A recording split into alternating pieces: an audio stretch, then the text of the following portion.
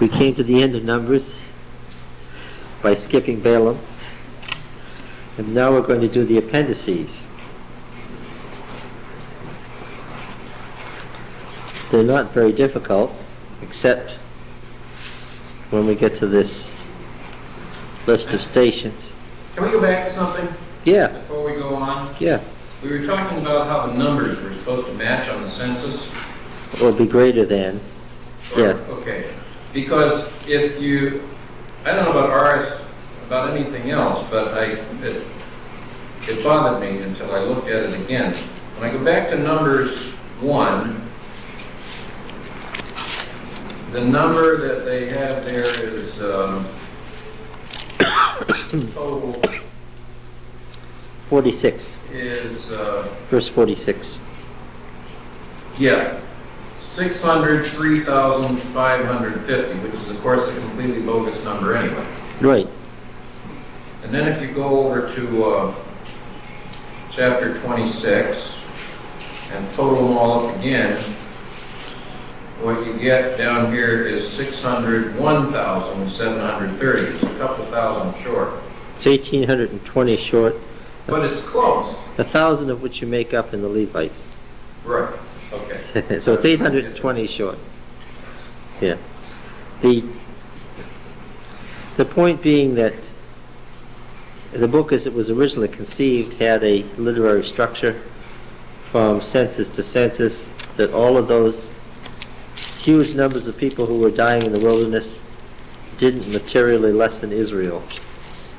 But they weren't short people. They weren't. It wasn't a remnant that went in. They were multiplying like rabbits. Yeah. Well, yes, but that would be considered an evidence of God's presence. Yeah. Yeah. Okay. So we end up with 820 short from one place to the other. Zelophehad's daughters, chapter 27. He didn't die in the company of Korah. All right. Obviously, the implication being that if he'd been among the 250 with Korah, they wouldn't have had a right to inherit anything. So he died for his own sin, meaning he was part of that generation that refused to go in. And he had no sons, and the 5 of us here, we want his inheritance. Give to us a possession among our father's brethren.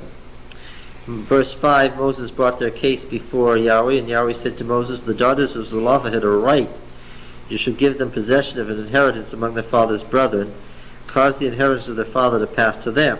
And so it becomes a general rule. If a man dies and has no son, okay, this is a case law, then you shall cause his inheritance to pass to his daughter. If no daughter, then to brothers. If no brothers, then to his nearest male kinsman. Just a little paragraph about Zelophehad's daughters. These are appendices that are added to the original book. Do I need to say again that the end of chapter 26 was the end of the original book? That the whole thing as conceived as a cycle is complete at the end of chapter 26. Now something else that's somewhat unrelated, but here it is the selection of Joshua as Moses' successor. This is mentioned again at length in Deuteronomy in more than one place, and of course in Joshua in more than one place. So the traditions about Joshua succeeding Moses are numerous.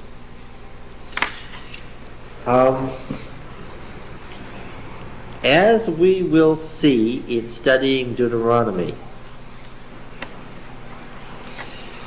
Deuteronomy was not originally part of the deal. Will you stay in one spot? Yes, all right. Deuteronomy was not part of the deal. What do I mean by that? I mean that the original story, from creation to the establishment in the land, was found in the original Bible. in the original Bible was Genesis, Exodus, Leviticus, and Numbers. That when you got to Numbers, you were at the end.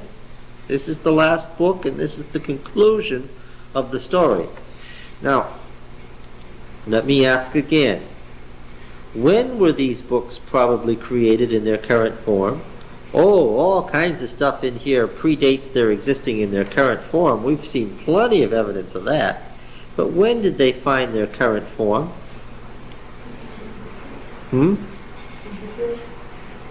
No, well, you must have been listening to...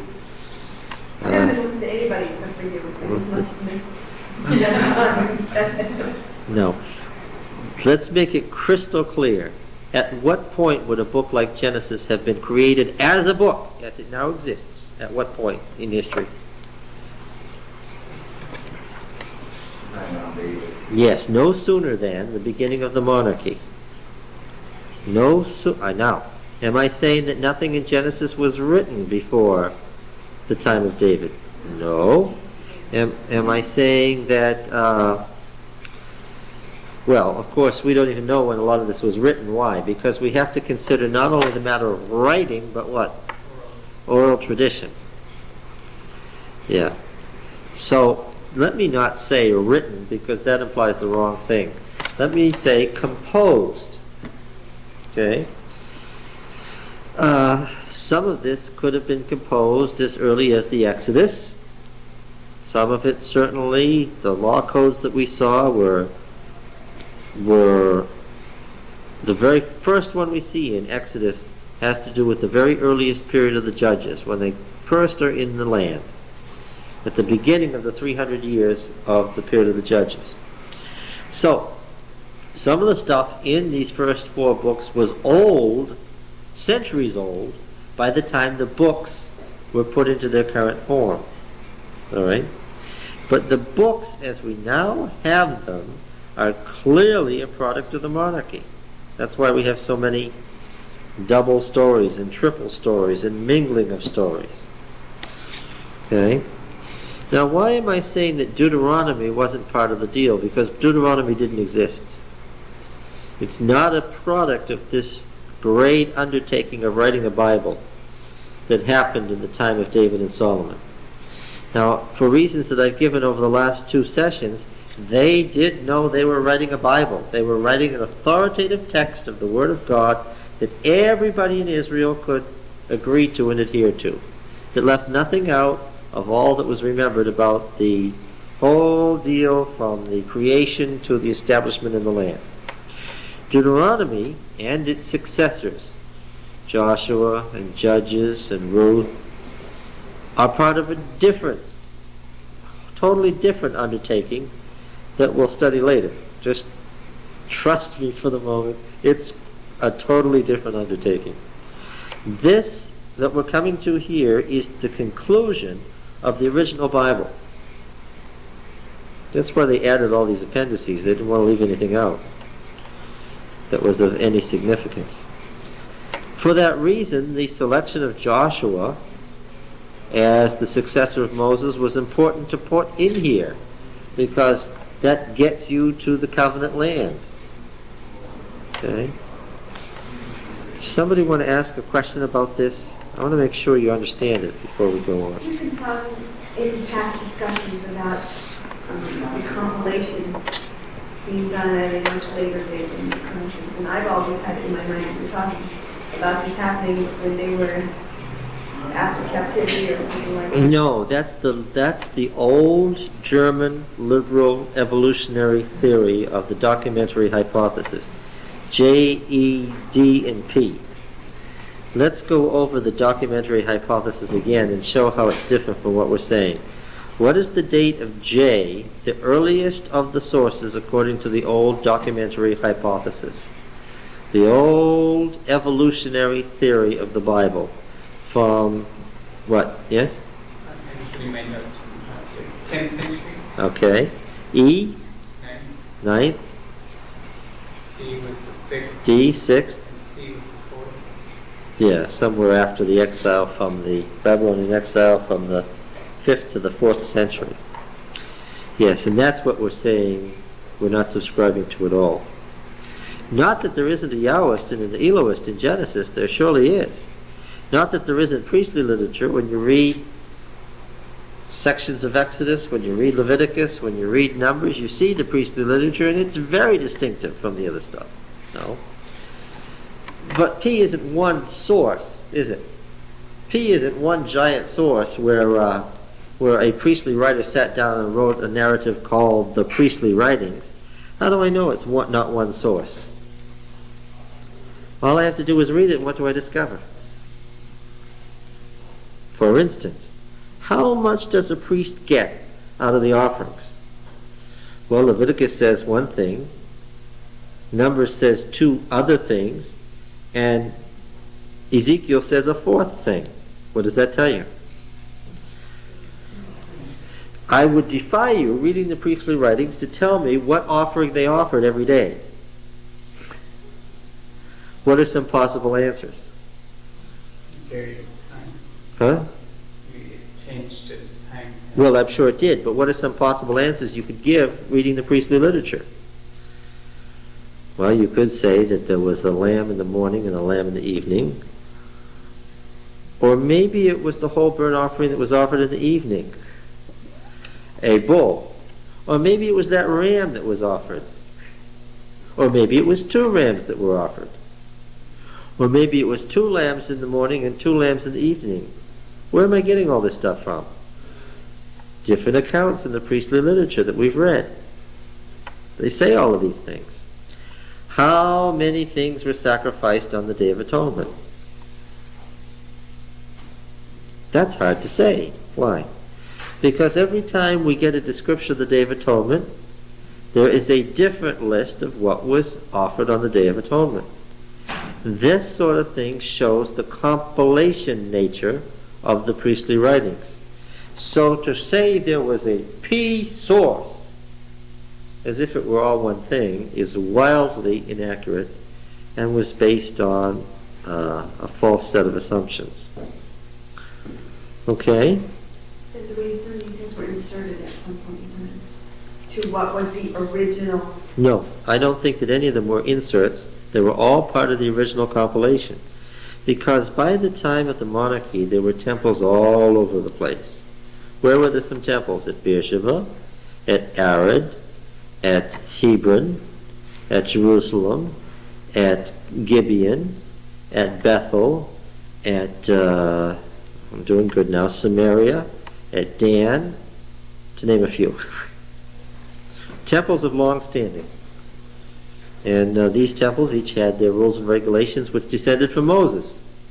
And when they united all these, what did they do? Because of their prior conception that it's all the Word of God and you can't throw it out. And also, as John keeps bringing up, because of the political motivation that if you left out the stuff from the temple at Samaria, but said, we'll take the stuff from the temple at Hebron, what problem would you run into? You'd have a severe political problem of why are you favoring one temple in one area over another. Basically, all the temples were doing different things. You know, some might have been doing two lambs in the morning, Yep, two lambs in the exactly. evening, one ox and one this and that and anything else. Huh? That's right. I like what she said, variations. There were variations on a theme, and each of them said, well, if you ask the question, why do you offer exactly this in this temple, what would be the answer? Well, this is what the Lord told Moses when Israel came out of Egypt. The thing is, if you've ever seen those books, and some of them are still there, some of the Samaritan scripts are close to 2,000 years old, the ones that are still there, and you can see them. You can understand how that happens because they've been copied and copied and copied and copied and copied and copied. And, I mean, a guy in Samaria didn't run down to Shechem to get a book and copy it. When theirs started to come apart, they copied their book. So they made their errors, and over centuries they compounded the books just sort of went like this because everybody was copying their own and the errors were compounding themselves. And they were differentiating from each other. Yeah. And then after several centuries, when they put them all together, they certainly didn't want to leave any of the Word of God out, so what did they do? They brought the whole thing in, and that's why you have a book like Numbers, with interior details that just don't agree. Doesn't make much difference to the central thrust of the narrative, but it's interesting to know that you have these variations. Yeah. How many hins of oil and how many ephahs of grain, right? Well, that all depends. Yeah.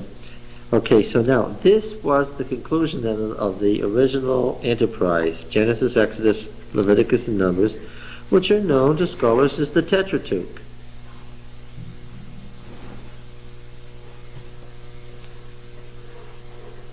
Okay? But they all felt that they were right in what they did traditionally in their city or temple. Oh, I'm sure. I'm sure that each one thought. And they probably weren't even aware that there was much of a distinction between what one temple did and another. Why? Because we're talking about an age in history when most people never traveled more than 50 miles from home. And that was only on special days. Yeah, and what can you walk? 3 miles an hour? So a 10-hour journey is 30 miles, right?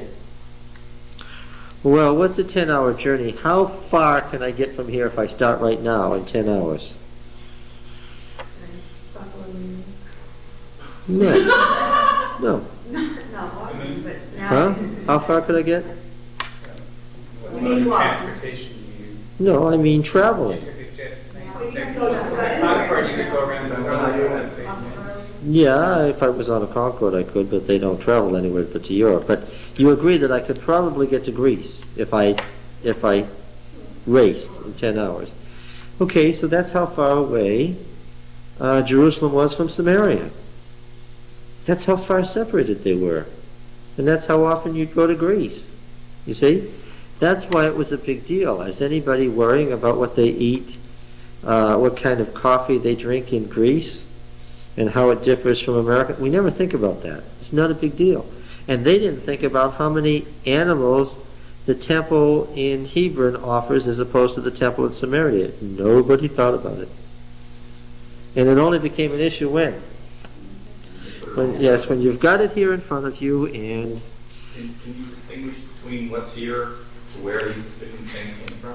That is a favorite pastime of Old Testament scholars, trying to determine which set of traditions comes from which places. In a few cases, surprisingly enough, you can, for some tricky little reasons. Most of the time you can't. When we get to the historical books, okay, when we're somewhere between Joshua and 2 Kings, and these temple cities come up and things that they did, then I'll come back here and say, now notice da-da-da-da-da-da-da, and it will make sense then. To tell you now, it wouldn't make any sense. I'd just be claiming that it came from a place, but yeah, we'll see. Isn't this fun? Now, the selection of Joshua. Yahweh said to Moses, "Go up into this mountain of Abarim and see the land which I have given to the people of Israel. And when you've seen it, you shall be gathered to your people, as your brother Aaron was gathered, because you rebelled against my word in the wilderness of Zin during the strife of the congregation, to sanctify me at the waters before their eyes." Moses said to Yahweh, "Let Yahweh, the God of the spirits of all flesh, appoint a man over the congregation, who shall go out before them and come in before them, who shall lead them out and bring them in, that the congregation of Yahweh may not be as sheep that have no shepherd." And Yahweh said to Moses, "Take Joshua the son of Nun, a man in whom is the Spirit, and lay your hand upon him." Remember, he was one of those who had the Spirit. "And cause him to stand before Eleazar the priest and all the congregation. You shall commission him in their sight. You shall invest him with some of your authority," which is a partitive min. I think that's a bad way to translate it. "You shall invest him from out of your authority, that all the congregation of the people of Israel may obey. And he shall stand before Eleazar the priest, who shall inquire for him by the judgment of the Urim before the Lord." Remember the Urim that was, it's a yes or a no? That's the distinction with Moses, with whom God spoke face to face, see? It's a downgrading of the role. "They shall go out in and out at his word, and they shall come in, and both he and the people of Israel with him, the whole congregation. Moses did as Yahweh commanded him. He took Joshua and caused him to stand before Eleazar the priest, the whole congregation, and he laid his hands on him, and he commissioned him as Yahweh directed through Moses. Now, the narrative stops here. Where does the narrative happen again? Is there more narrative? Why, yes, there is. Can you find more narrative?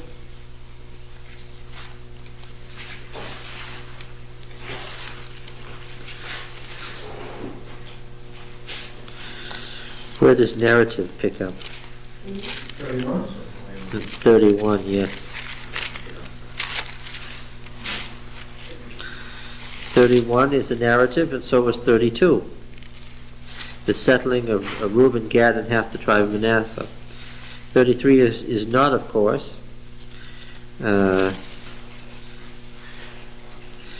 More ordering in 34, describing the borders and so forth. And then in verse 34:16, more narrative. These are the people who are going to do the divisions, and here are the tribal leaders who are going to conduct the divisions. 35 is the Levitical cities, and 36 is an addition to the story about the Zelophehad's daughters. One of the things I note with interest is that the book is lacking in the appendices, the book is lacking the conclusion that I expect, which is what? What do I expect that has just been mentioned in this passage we just read? Well, that's mentioned here, that's described. This is what he's to do. It doesn't say he did it, but it just says he laid his hands on him and commissioned him as Yahweh directed. It doesn't go into any detail in verse 23. It just says he did it. But what had been mentioned? When Joshua, when this was done, what was supposed to happen? No, verse 12. Moses was supposed to die. And if, as I have said, these first 4 books were the Bible, and this was the end of the Bible, and it was all finished, what am I missing? The death of Moses. Now, is there a death of Moses mentioned somewhere? In Deuteronomy. Well, let's go over there and see. What is that about? Deuteronomy. The end of Deuteronomy. We do, in fact, have a description of the death of Moses. And what's fun about this is it has nothing to do with anything in the book of Deuteronomy. None of the details come from Deuteronomy at all. That gives me a hint. If none of the details come from Deuteronomy, and it's just kind of stuck on here, what do I know? Huh? No. What? This would have been the end of what? This would have been the end of Numbers. How did it get over here? After they added Deuteronomy, what did they have to do? They got to, you can't have the death of Moses at the end of Numbers if Moses is going to preach for 30 chapters in Deuteronomy, right? So therefore, what do you got to do? You've got to lift Moses' death out of the end of Numbers and append it to Deuteronomy. And it's got all the place names and stuff that we find in Numbers. Part about Joshua and the bit well, they did, because when we read the book of Joshua, we're going to find all about that. When we read the book of Deuteronomy, we'll find all about that. Deuteronomy 31. What kind of a Bible do you have there in your hand? Does it have headings? Mm-hmm. What does it say in your headings in Deuteronomy 31? Yes. And they couldn't move it and put it there because then it would be repetitious. They couldn't do that. You mean why didn't they just take why didn't they take the whole thing out of Numbers? Yeah. Well, it wasn't necessary. Joshua gets the point. Handwriting, why do you want to move more than you have to? Yeah, that's true. That's true. Especially, it wasn't just handwriting. You had to physically detach it from the interior part of a scroll and move it to another scroll. They cut it out? Yeah. So does that hand? Yeah. Oh, yeah. Oh, Oh, yeah, I wouldn't move anywhere. Couple copiers, there you go.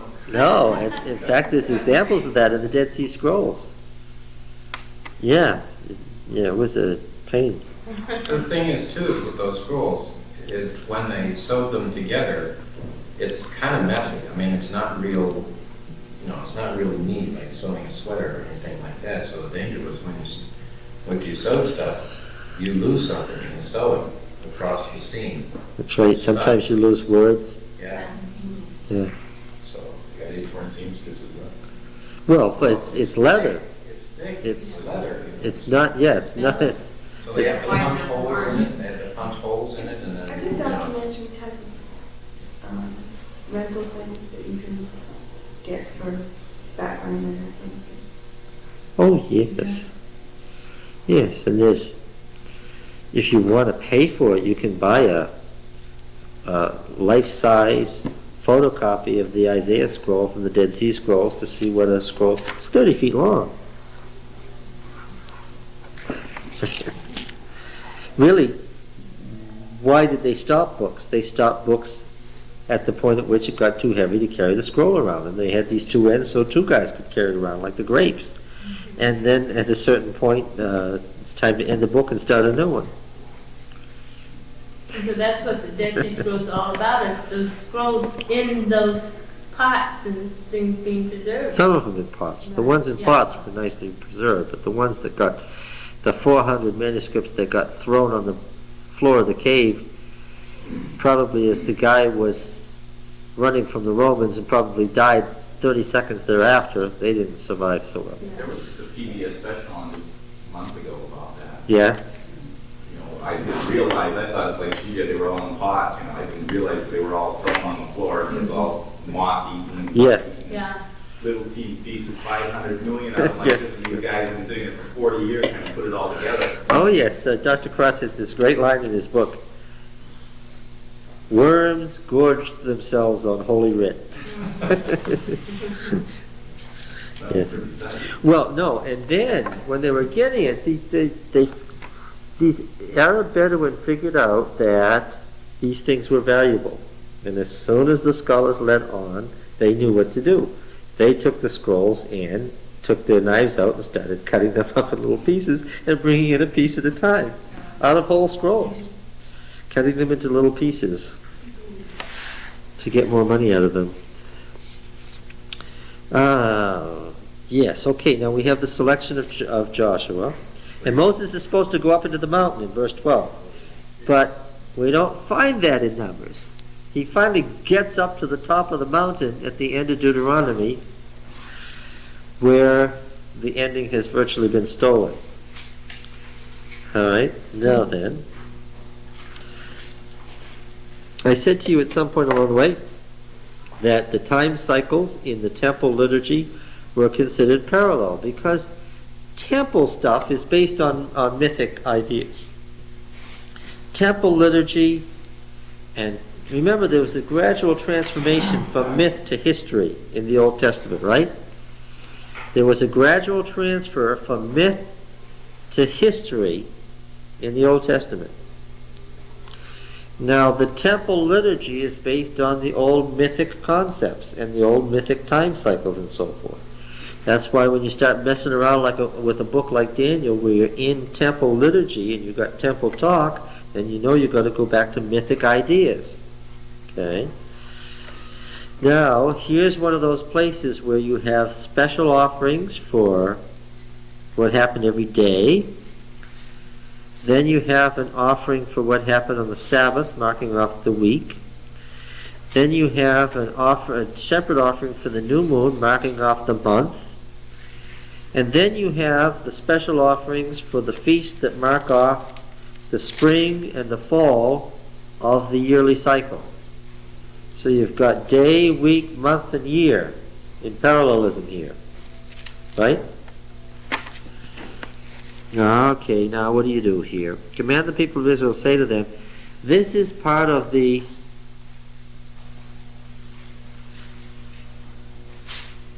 method that we have seen of the editors of Leviticus and Numbers interspersing narrative with legal material. Right? Used to that now? Some narrative, some legal material, some more narrative, some more legal material. They've been doing this for 20 chapters now. All right, what are we going to do? When the people of Israel say to them, my offering, my food for my offering by fire, my pleasing odor, you shall take heed to offer to me in its due season. That's just a general statement. And you shall say to them, is a second introduction. This is the offering by fire which you shall offer to Yahweh, 2 male lambs a year old without blemish, day by day as a continual offering. This differs, of course, from Leviticus. The one lamb you shall offer in the morning, the other lamb you shall offer in the evening, also a tenth of an ephah of fine flour for a cereal offering, mixed with a fourth of a hin of beaten oil. It is a continual burnt offering which was ordained at Mount Sinai for pleasing odor, an offering by fire to Yahweh. Yes, what does Exodus 29:42 say anyway?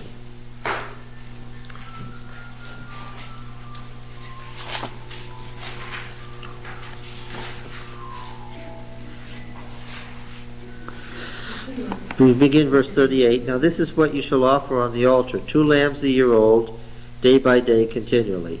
1 lamb you shall offer in the morning, and the other you shall offer in the evening. And with the first lamb a tenth measure of fine flour mingled with a fourth of a hin of beaten oil, and a fourth of a hin of wine for libation. The other lamb you shall offer in the evening, with its cereal offering as a libation in the morning, and so forth. Yeah, so this is the material that we find in Exodus, is from this material here, and not from the material we find in Leviticus. Is there a daily offering in the 5 major types of offerings in Leviticus? Is there a daily offering? Seems like they just had the text, but they didn't say when, did they?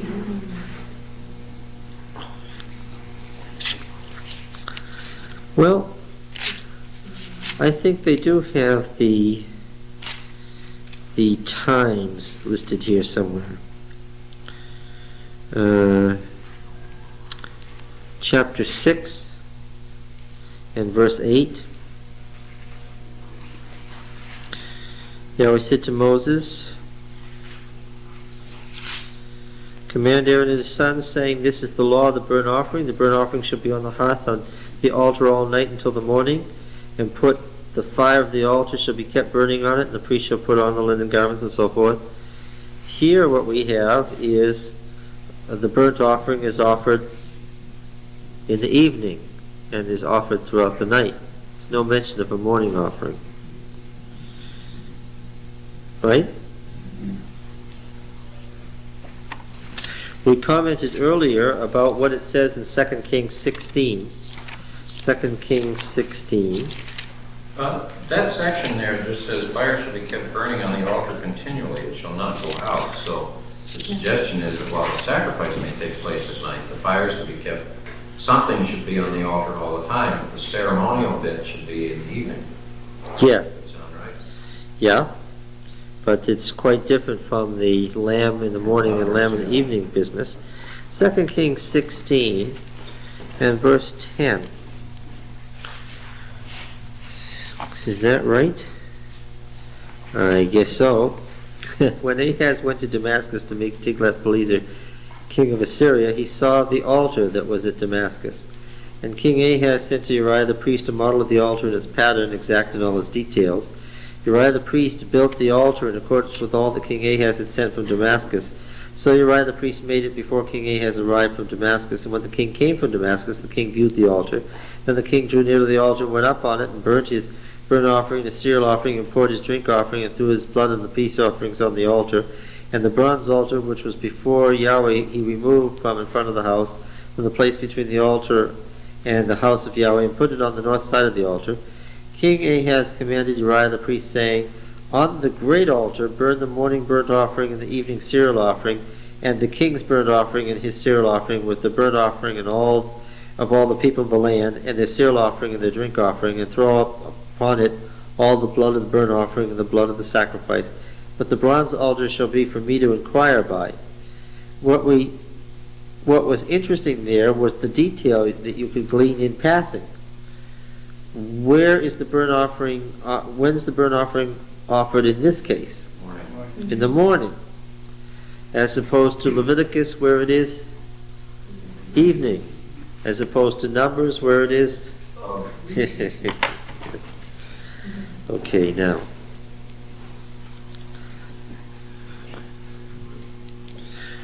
All right, these are all the continual burnt offering. These are all the continual burnt offering. Taking it outside the camp, as we have in Leviticus, is just not mentioned in Numbers or Exodus. All right, verse 7. Its drink offering shall be a fourth of a hin for each lamb. In the holy place you shall pour out a drink offering, a strong drink to Yahweh. Catch that. Did you catch that? Okay, let's strike this text out of the Bible. This isn't the Word of God, so let's throw it out. What is it?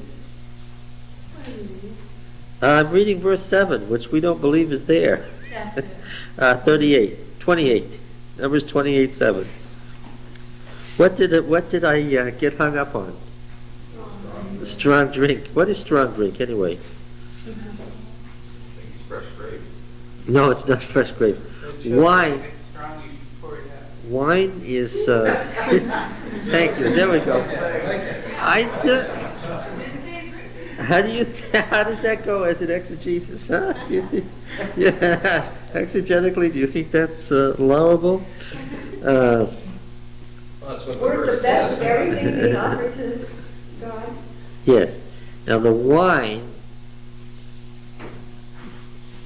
yain or oinos in Greek, yain in Hebrew, wine. Wine is just a transliteration. Now we get the word from the Greek word, which got it from the Semitic languages. We're just transliterating the same word. It means anything having to do with grapes, right from grape leaves, which they ate, of course, just as much as the grape itself. Grapes, raisins, raisin jam, raisin cakes, right? All of that is described by the same word.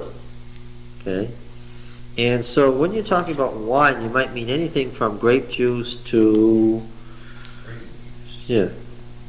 or fermented wine of some sort. Strong drink refers to an alcoholic drink made from some grain. Yeah. And that could be rye or whiskey or beer. The Egyptians drank a lot of beer. Ale, the drink offering of strong drink. Now this is the daily offering, so it's not governed by the, again, these particular offerings here, are they from the wilderness period? No, they can't be. Why? Well, they don't have a regular source of strong drink, right? Or grain. When you get these fine ground meal, you need mills for that. If they don't have an excess where they would go into making the drink. Yeah, they wouldn't have an excess like that. That's right. This is a settlement kind of thing. Well, have to be careful with that assumption, though, because prisoners of war with next to nothing to eat and drink throughout World War II in camps on all sides secretly fermented beverages. When they were starving to death, Allied prisoners of war in Germany were brewing beer and distilling alcohol and beer. I understand your argument, except that this is codified, regular, liturgical worship in the temple, which you wouldn't expect to be codified and become part of the liturgy of the wilderness sanctuary with No, these. I mean the assumption that they had no excess and therefore wouldn't use it for things like this. Oh, all right. That doesn't drive the conclusion that this was from another period. All right, I'll take it back.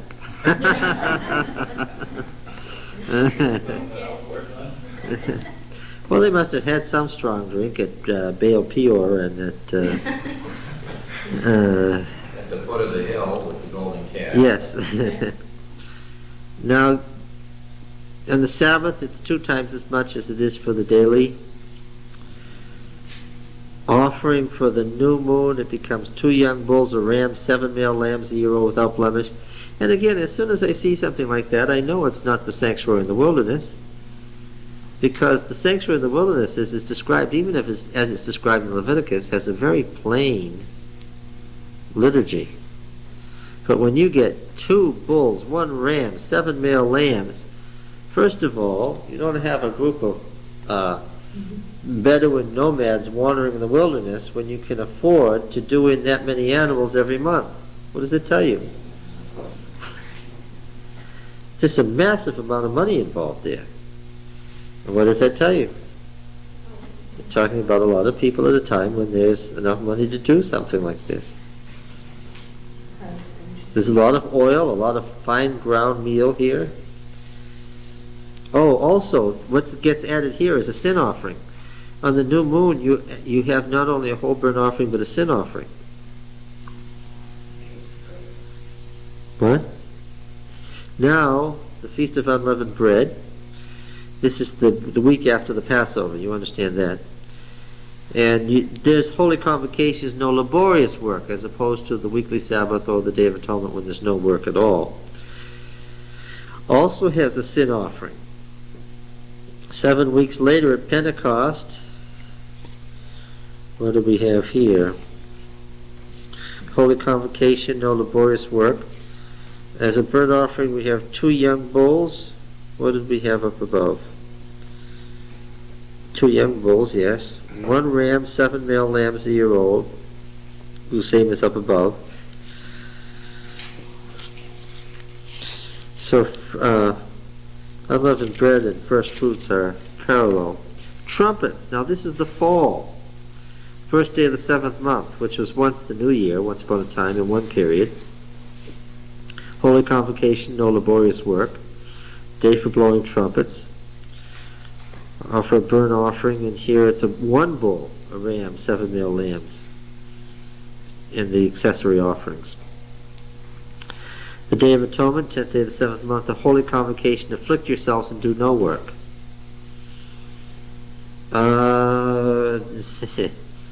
What do you catch here? Shall offer a burnt offering to Yahweh, pleasing odor, 1 young bull, 1 ram, 7 male lambs a year old. That's not even remotely what Leviticus 16 says in either of its 2 parts. Remember, Leviticus 16 actually has 2 liturgies? Well, this isn't either one of them. And there's something else here. A tenth of each for the 7 lambs, it says in verse 10. Also, 1 male goat for a sin offering besides the sin offering of atonement. So now there's 2 goats being sacrificed here. 2 goats are sacrificed here, and no goats are going into the wilderness.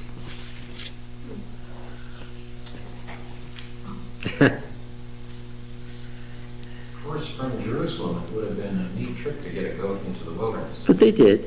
They took it out just ceremonially down to the city dump and killed it there. So yeah, of course, in the middle of a city, you have to go a long way before you can get. That's why it had to be by the hand of a fit man. You don't want somebody to lead the goat away who has a heart attack at the first cliff, and the goat comes back. It would destroy the ritual. And here in the Day of Atonement, again, 10th day, no work. But by the time this was written, taking the goat out into the wilderness would have been considered a piece of work. So he couldn't do it. This is a different ritual from the one in Leviticus. So which came first? Do you think maybe they just wouldn't mention the hauling of the 1 goat away because it was assumed everyone knew about that? So. That's a pretty big assumption when you're listing what animals have to be sacrificed. Which doesn't help the fact that there's an additional goat here anyway. Yeah. It's possible that they didn't want to mention that besides the goat which is led away, but the silence here is, it's distinctive anyway from Leviticus 16. This was happening all over in every temple that, on these special feast days and stuff. No, I don't think that at all. No, it was only in Jerusalem this was happening? It's difficult for us to know exactly where the Day of Atonement was held and how in the period prior to the temple in Jerusalem. The fact that we have 3 different descriptions of it helps us to know that it was probably done where? In at least 3 different places. Yeah. What? Yeah. Well, you know, it's like if you wrote up the church service. I mean, just think, Churches in the area? yeah, well, even the college church. The Terry Cooler's been gone since the last Sabbath of August. Already the church service is different than it was for most of the 2 years before that. That's right, it's been changed. So, you know, if you wrote up the way people held church in the different churches and then it would look pretty confusing if you pulled it all into one book. And then to say we're all one. And it would be correct to say that it was all descended from the synagogue service set up by Ezra. Well, that's true, even if it's pretty distinctive from place to place today. All right, now on the Feast of Tabernacles, this is that funny feast that commemorates the Exodus, but it commemorates it in the fall. And the Exodus happened in the spring, right? So this is their fall festival, and there's something different for every day of the 8 days. There's a lot of animals in this feast. Oh yeah, this is 2 Sabbaths in a week in between, and this this is much too highly developed to be even. This is clearly the unification of all these different liturgies, and now you've got this very baroque, detailed, long, expensive. Physically, you'd have a problem with this with the sanctuary in the wilderness anyway. It isn't physically possible to offer this many animals on a little bronze altar that's 6 feet square. Physically couldn't be done in one day. Besides which, that's not what Leviticus said was done. One animal was done, and the ashes were, just only part of it was put on the altar, and most of it was burned outside the camp. Which is nice because the details fit the circumstances that they were living in, and it makes sense. Whereas this doesn't make sense there. This is a big operation in a big temple with lots of priests and lots of people and lots of money, right?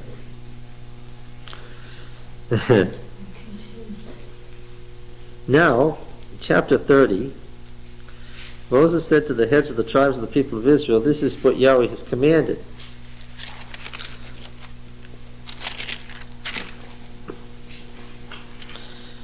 It's very simple. There's 2 laws. When a man vows a vow to Yahweh or swears an oath to bind himself by a pledge, he shall not break his word. He shall do according to all that proceeds from his mouth, period. If a man makes a vow, he's got to do it. If a woman makes a vow, she's got to do it. Unless what? Unless her father or her husband decides that she's not going to do that vow, in which case she's free from the vow. Unless she's a widow or a divorced woman who has no man to countermand her vow, in which case Yahweh will forgive her. By the way, there's a doublet in here. This law is stated twice. Did you notice? This is a perfect example of a doublet. Well, let's read from verse 3. When a woman vows a vow to Yahweh and binds herself by a pledge while within her father's house in her youth, and her father hears of her vow, and of her pledge by which she has bound herself and says nothing to her, then all her vows shall stand, and every pledge by which she has bound herself shall stand. But if her father expresses disapproval to her on that day that he hears of it, no vow of hers, no pledge by which she has bound herself shall stand, and Yahweh will forgive her. Okay, it says Yahweh will forgive her, notice, because her father stopped her. If she's married to a husband, this is the second circumstance, while under her vows or any thoughtless utterance of her lips which she has bound herself, and her husband hears of it, by which she has bound herself, and her husband hears of it, it says nothing to her on the day he hears, then her vow shall stand. And her pledges by which she has bound herself shall stand. But if on the day that her husband comes to hear of it, he expresses disapproval, then he shall make void her vow which was on her, and the thoughtless utterance of her lips by which she bound herself, and Yahweh will forgive her. Okay? That was stated in the case of the father, now of the husband. But any widow or of a divorced woman, anything by which she has bound herself shall stand against her. Okay? Now that's the conclusion right there. Right? Those are all the cases that are going to be mentioned. Can you pick out a doublet when you see it? Because it goes on and repeats. Yeah, verse 10 is a doublet. And if she vowed in her husband's house or bound herself by a pledge with an oath, and her husband heard of it and said nothing to her, didn't oppose her, then all her vows shall stand, and every pledge by which she's bound herself shall stand. But if her husband makes them null and void on the day that he hears them, then whatever proceeds out of her lips concerning her vows or concerning her pledge of herself shall not stand. Her husband has made them void, and Yahweh will forgive her. Which is what it all was the conclusion about the husband in verse 8. That's a perfect example of a doublet. The words are not exactly the same, but they're very similar. What we have here is two variant forms of the same law. But since they say virtually the same thing, what could they have done? We would not have lost a thing if they had eliminated one, but what? But it's obvious from the evidence that they were loath to do that. They just wouldn't do that. We see it again and again. Any vow and any binding oath to afflict herself, her husband may establish or her husband may make void. But if her husband says nothing to her from day to day, then he establishes all her vows or all her pledges that are on her. He's established them because he said nothing to her on the day that he heard of them. But if he makes them... This is one of those cases where the conflation is so intense that it's disgusting. But we already got this point 3 times. But if he makes them null and void after he's heard of them, then he shall bear her iniquity. I wonder what were some of the circumstances or considerations that might have led people to make vows in those days? Oh, thankfulness for something that's happened, a promise to do something, that God will do something for them, the same thing that would cause people to make a vow today. Yeah. Yeah, Hannah's vow. Yeah. There's a whole bunch of them. Now they all want to get out of it. Oh, women anyway. No, it's just saying that if a woman vows a vow to Yahweh, a curse is going to come on her if she doesn't keep the vow. Now she's in a bind if her husband or father says no. And what's the law saying? No, she's not in a bind if that happens. She's not trying to get out of it. What? Her husband or her father's trying to get out of it. Now, with all of those repetitions, because this is basically here 5 times in Yes. these 15 verses, That's how many times I counted it. there's only once that talks about the man bearing the blame. Because the other one Yeah, says, at the end. the Lord will forgive, the Lord will forgive, the Lord will forgive. And then Yeah. the last one it says, God, he gets it. Yes, that's right. That's right. And in fact, this law of vows isn't about a man, which is mentioned in verse 2 at all. A man's just there in passing to say, if a man vows a vow, then what? He's got to do it. That's not the subject of this series of laws. It's women's vows that are the subject. And so we have a summary. Now, this was an independent piece of work that they've created. It has an introduction, a long introduction. Moses said to the heads of the tribes of the people of Israel, this is what Yahweh has commanded. And it has, for the length of this little work, a long conclusion. These are the statutes which Yahweh commanded Moses, as between a man and his wife, and between a father and his daughter, while in her youth within her father's house. That's a complete literary unit. We know that this stood alone unto itself, right? When you've got an introduction, middle, and conclusion, what do you have? Yes. Now then, yes. What would you say about the applicability of the principle of this to modern times? If this implies that the men should still be in authority, or would you say this was just culturally? No, it's just culturally conditioned. There's enough other statements all through the Bible, Old and New Testament, to show that this was just culturally conditioned. Now, this chapter 31, this narrative is tricky. Yahweh said to Moses, "Avenge the people of Israel on the Midianites. Afterward you shall be gathered to your people." Moses has so much to do before he dies.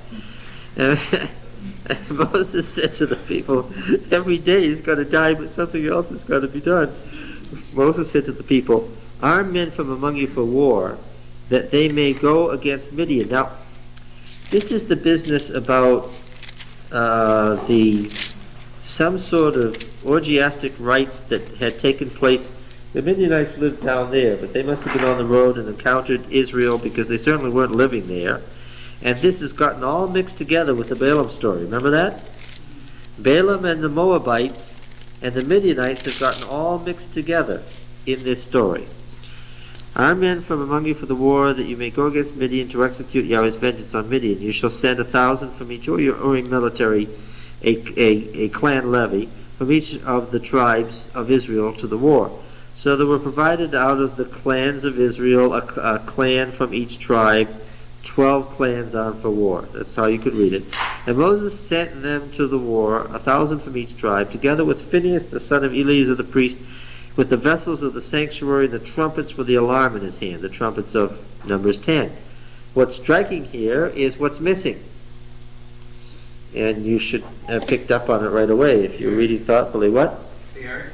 No. Joshua. There's no mention of Joshua. Probably because Moses is displeased at the result of this campaign. And if they had put Joshua in here, it would look like Joshua's first act after being installed as Moses' successor was to screw up. This would not be the way theologically to begin, right? So if Joshua is present, there's no mention of it here. And so the blame is left to Phinehas. They warred against Midian as Yahweh commanded Moses, and slew every male. So far so good.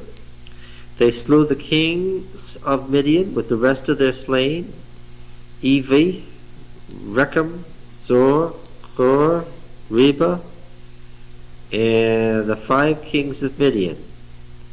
And the people of Israel took captive the women of Midian and their little ones. You'll notice that I read that, and it follows as a single sentence. But what had to be inserted? Remember, they have run together the story of the Midianites with the story of the Baal of Peor. Therefore, who did they have to mention? Balaam, who wasn't involved with the Midianites, as far as we know at all from the Balaam book. Balaam's exclusive relationship was to the Moabites. Well, this is editorial license here. We've seen that a number of times.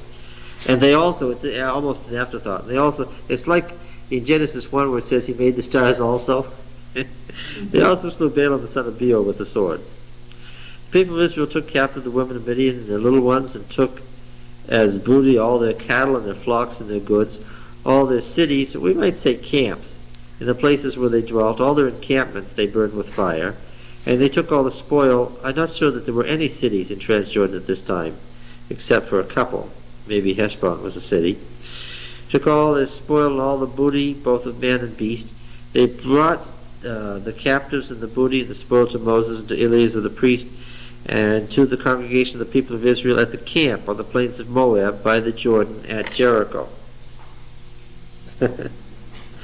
There's a completed statement too. Moses and Eleazar the priest and all the leaders of the congregation went forth to meet them outside the camp. And Moses was angry with the officers of the army, the commanders of the thousands and the commanders of the hundreds. This is why Joshua isn't mentioned, I'm sure, who had come from the service of the war. Moses said to them, "Have you let all the women live? Behold, these caused the people of Israel by the counsel of Balaam to act treacherously against Yahweh in the matter of Peor." Now we seem to be thinking of the Moabites. "And so the plague came among the congregation of Yahweh. Now therefore kill every male among the little ones, and kill every woman who has known man by lying with him. But all the young girls who have not known man by lying with him, keep alive for yourselves. And camp outside the camp 7 days. Whoever of you has killed any person, whoever has touched any slain, purify yourselves and your captives on the 3rd day and the 7th day. You shall purify every garment, every article of skin, all work of goat's hair, and every article of wood." Right under the purification manual in Leviticus. Eleazar the priest said to the men of war who had gone to battle, "This is the statute of the law which Yahweh has commanded Moses.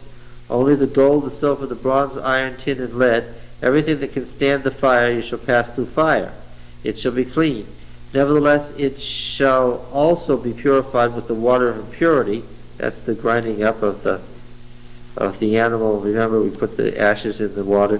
"And whatever cannot stand the fire, you shall pass through the water. You must wash your clothes on the 7th day and be clean. Afterward come into the camp." And Yahweh said to Moses, "Take the count of the booty that was taken, both man and beast, you and Eleazar the priest, the heads of the fathers' houses of the congregation, and divide the booty into 2 parts between the warriors who went out to battle and the congregation. And the levy for Yahweh, a tribute from the men of war who went out to battle, 1 out of 500 of the persons and of the oxen, the asses, and the flocks. Take it from their half and give it to Eleazar the priest as an offering to Yahweh. And from the people of Israel's half you shall take 1 drawn out of every 50." Right? Which is 10 times more. "Of the persons, oxen, asses, and flocks of all the cattle, and give them to the Levites who have charge of the tabernacle of Yahweh." And Moses and Eleazar the priest did as Yahweh commanded Moses. Now the booty remaining of the spoil of the men of war was 675,000 sheep. Now that's a lot of sheep. Gives you some idea of how they confused the numbers. 675,000 sheep. I don't think there are that many sheep in all of Montana. Anyway, there was a lot of animals and women. And the portion, that's how it puts it together here, of those who had gone out to war was in number 337,500 sheep or something, and so forth. So then they tally how many had to be given to the Lord and so forth. Let's see, and then verse 42, the people of Israel's half, and so forth.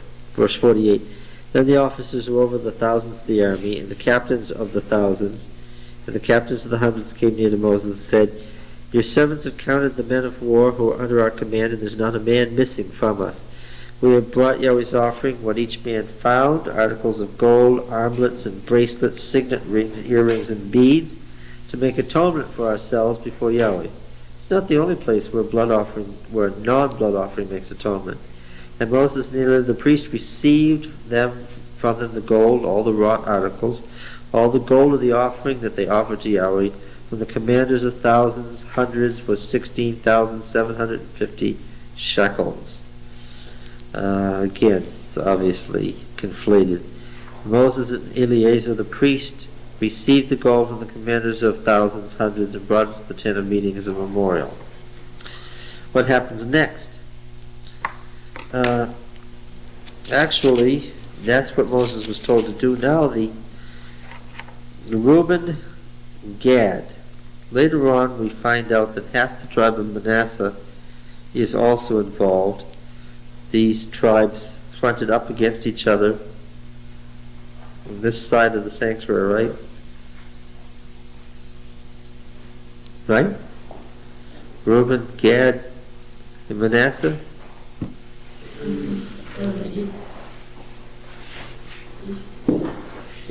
Is that right?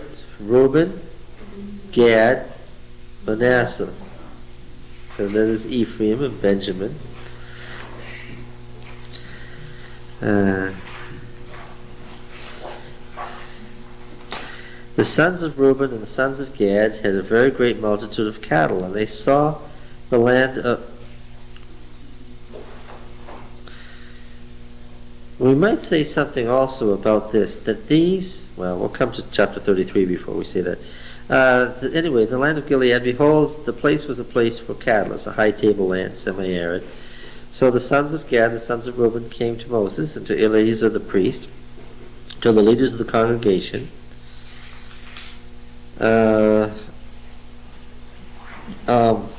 There's a confusion here.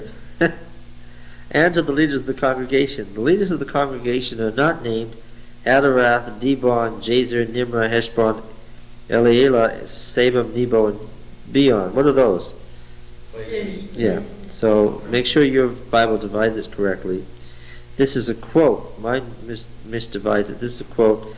The land which Yahweh smote before the congregation of Israel is a land for cattle, and your servants have cattle. He said, if we found favor in your sight, let this land be given to your servants for possession. Do not take us across the Jordan. Moses said to the sons of Gad and Reuben, shall your brethren go to war while you sit here? Why will you discourage the heart of the people of Israel from going over into the land which Yahweh has given them? Thus did your fathers, when I sent them from Kadesh Barnea to see the land. For when they went up to the valley of Eshcol, which is what one of the two stories says they did, and saw the land, they discouraged the heart of the people of Israel from going into the land which Yahweh had given them.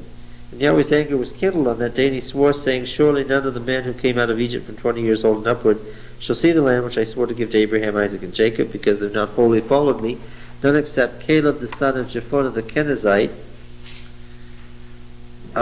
This information is offered elsewhere, and is going to be discussed again in both Joshua and Judges. Caleb was not a Hebrew. That's not true.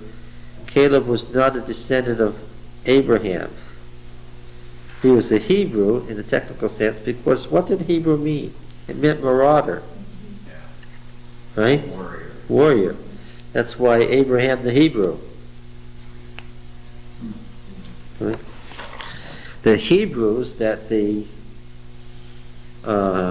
Ammonites keep complaining to the Pharaoh about are invaders. That's why they have the name Hebrews. And anyway, Caleb was from one of the Midianite tribes.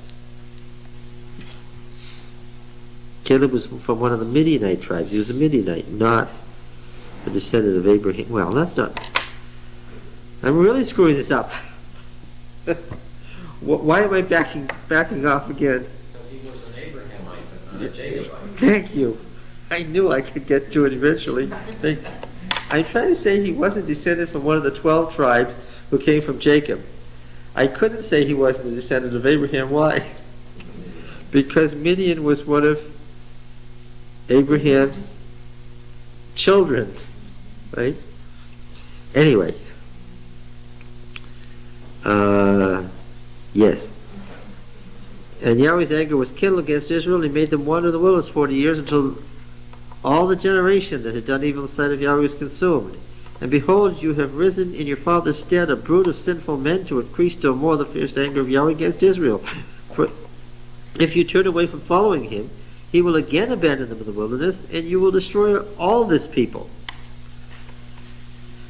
So, that is such a strong no that you would think that would put an end to the matter, and that would have been it.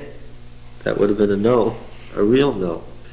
But it says, then they came near to him and said, so they thought it over. They came with a second proposal. What was that? They would send the army with them. We'll send the fighting men from these tribes. We'll go with you. In fact, they'll go at the head. But everyone who is not a fighting man, and the cattle and the families, and will take possession of these cities and pasture lands and stay here. And just the warriors will go across the Jordan. Verse 20, so Moses said to them, if you will do this, if you will take up arms to go before Yahweh for the war, then every armed man of you will pass over the Jordan before Yahweh until he's driven out his enemies from before him, and the land is subdued before Yahweh. Then after that you shall return and be free of obligation to Yahweh, to Israel, and this land shall be your possession before Yahweh. But if you will not do so, behold, you sinned against Yahweh, and be sure your sin will find you out. Famous line, huh? Build your cities, or rebuild your cities, actually is what it means, because they just conquered these cities. Rebuild your cities for your little ones, and folds for your sheep, and do what you promised. And the sons of Gad, Reuben, said to Moses, your servants will do as my Lord commands. Our little ones, wives, flocks, cattle shall remain there in the cities of Gilead. But your servants will pass over, every man who is armed for war, before Yahweh, to battle as my Lord orders.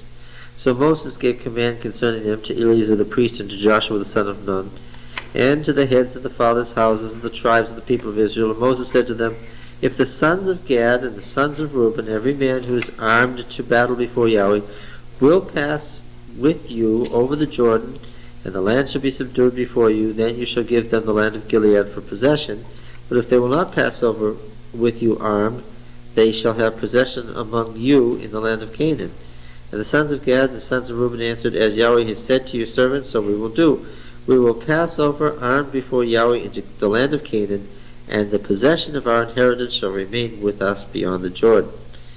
And Moses gave to them the sons of Gad and the sons of Reuben, and to the half-tribe of Manasseh, which just sort of wanders into the narrative without warning, the son of Joseph.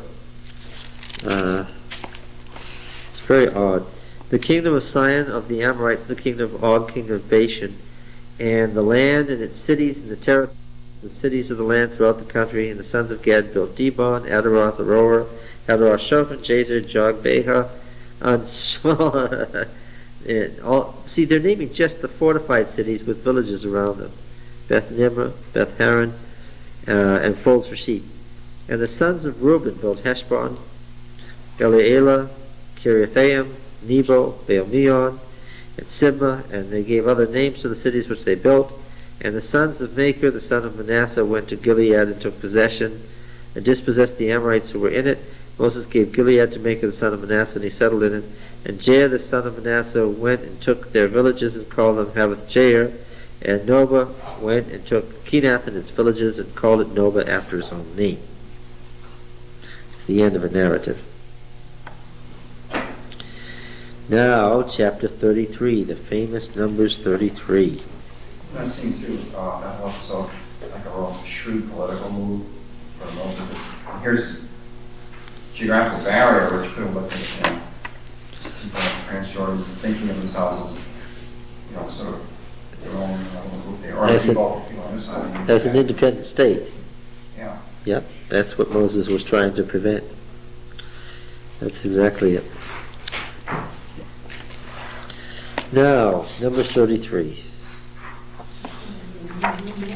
What? Actually, but Reuben did sort of remain sort of nomadic, didn't he? So sort of wandering around. Yeah, because what were they staying in Transjordan for? What was their purpose? It's a nomadic life. You can count the cities that they had on one hand in all of Transjordan. It wasn't a settled area, it was a nomad area. And that's the life they wanted. Because going over the Jordan, they were sort of held up in the high places. They didn't have any good land when they went over. It was heavily forested. They needed an open land. Canaan was forested at the time. You had to get far enough away from the coast that there wasn't enough water to have a lot of forest. And that high tableland in Transjordan was what they wanted. Mm-hmm. These guys, when it talks about cities too on this side of the Jordan, they're probably only talking about those semi-permanent camps that the Bedouins still go from place to place. Yeah. They're sort of some structures, but they're only like storage depots and ovens. Yeah. And then you kind of go from things you could use to camp, not things that you used if you were living in a city. But they did dig ditches and stuff around them to fortify them. Hmm. Much like the camp of Israel. Yeah. Now, let's say something about, before we read this, let's say something about this. This is the famous itinerary, about which there is so much argument. Numbers 33 is, as you can imagine, a scholar's gold mine. Here are all these places known and unknown. And every scholar wants to straighten it out and figure out what it's all about. Let me just read a couple of paragraphs. I'm reading from Aharoni, Land of the Bible. In addition to this literary tradition, there is preserved in the Bible a summary of the stations in the wilderness wanderings, which lists 45 stations and settlements on the way from Ramses to the plains of Moab, Numbers 33, including many places which are not mentioned in the literary accounts of the Exodus and Numbers. Opinions are divided as to whether this list is based on ancient sources or whether it is nothing but a sort of itinerary of desert roads from the kingdom period. But at any rate, it's clear that this is the most complete geographical list of the southern desert. The first 5 names are taken from the stories of the Exodus from Egypt, and after mention of the sea, the Reed Sea, past 3 stations you come to the Reed Sea. There is a series of 25 stations on the desert roads to Kadesh Barnea, among which the stations from the literary accounts also appear. At the end of the list, there are 10 more stations from Kadesh Barnea to the plains of Moab.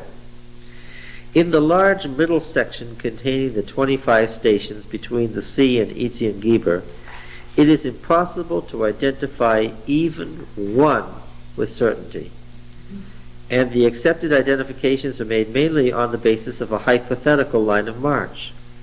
Some scholars assume that all of these stations are to be found in the southern Negev, just the southern desert of Palestine, in proximity to Kadesh Barnea, because of the central place which that oasis holds in the wilderness period, and in the light of the first stations listed in the Exodus story, which point in the same direction. When they went out of Egypt, they went to Baal Zaphon and so forth. They were on the road that goes right up from Gaza, across the Gaza Strip, and you just cross the southern desert, and you're in Kadesh Barnea. Well, but of course then you'd have to get that unified somehow with all these other stations. He writes, in conformity with this, these scholars seek Mount Sinai in the same region and have suggested Jebel Khalel about 22 miles west of Kadesh Barnea. Against this, there are weighty considerations which tend to support the assumption that these stations were in a wider area extending even to the southern part of the Sinai Peninsula, where Mount Sinai should also be located.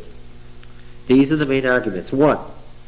Not one of these stations appears again in the Bible. So if these were places around the southern desert of Judah, where Judah and Simeon were, what would you expect? Yeah, as you go on through the Old Testament, you'd run into these place names again.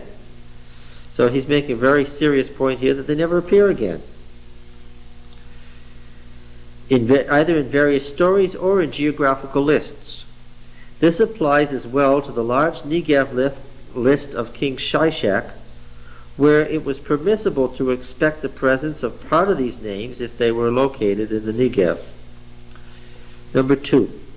Mount Sinai is known by 2 synonymous designations, Mount Horeb and Mount Paran, and with reference to them it is clear from the Bible that they are located in the southern Sinai.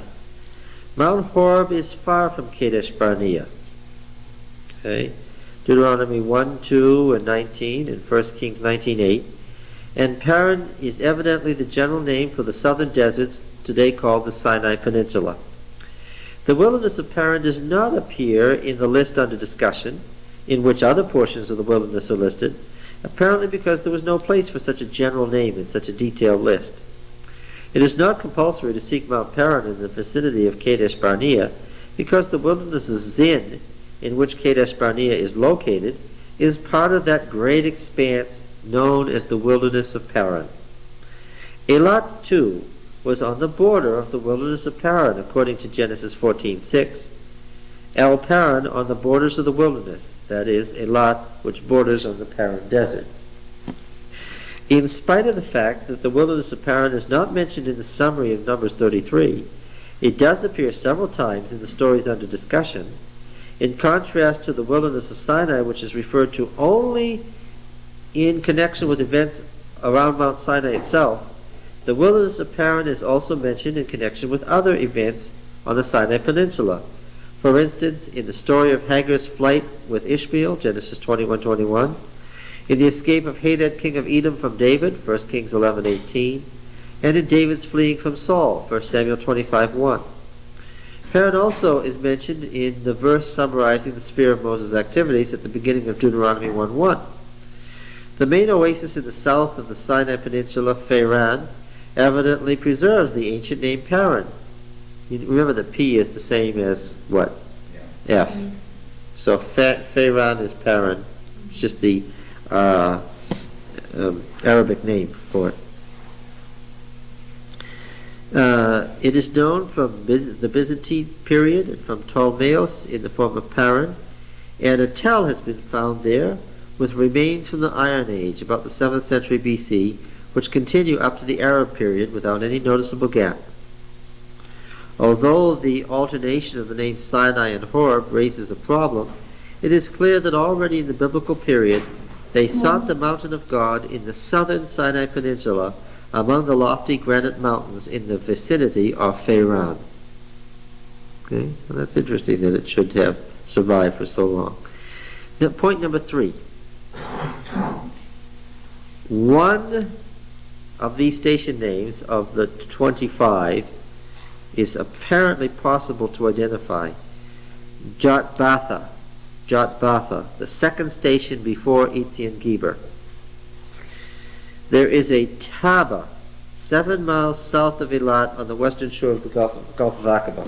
In other words, this is the Gulf of Aqaba right here. As you go down here, you will come to a place just 7 miles south that is this place. Now, the point he's making there is that if the only one you can identify is down here and not up there, which direction is the list leading? The list is leading south. Yeah. So it's headed toward the south, not over there. Okay. Now this is a big argument. So this is an important thing here.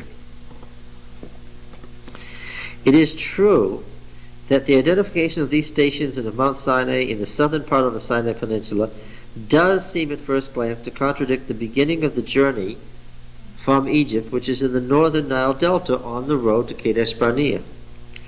They really got lost.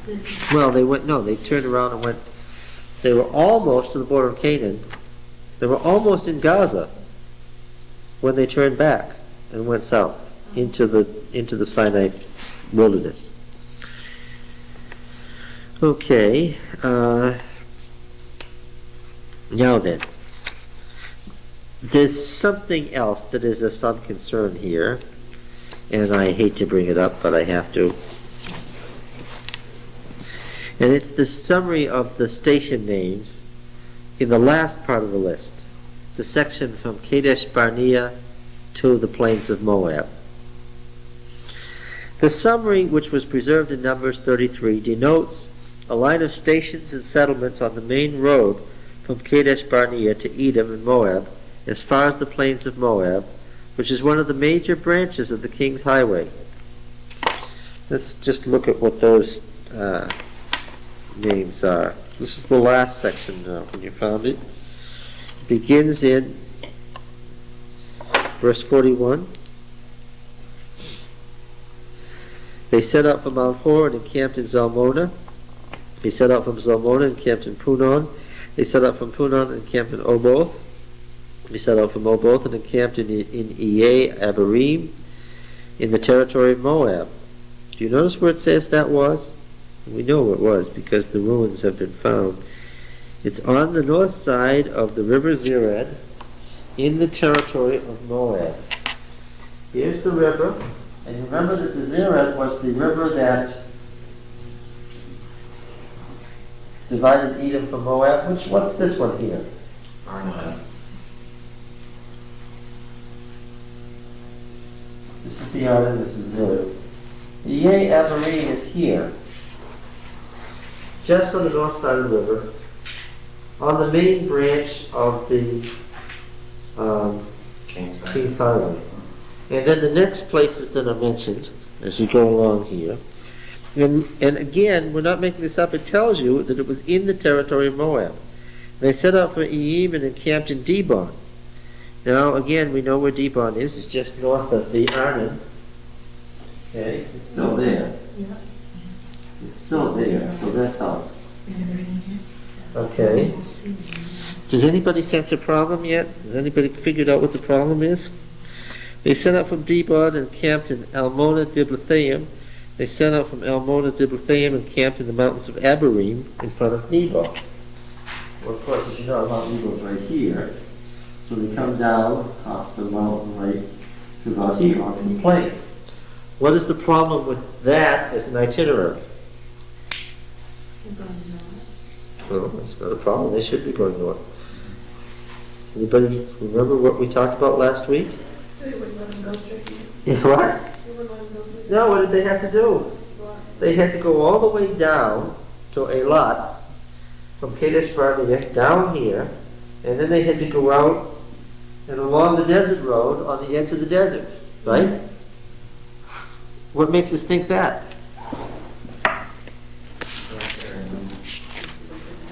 They were denied, they couldn't go over it. Yes. Yes. Where does it say that?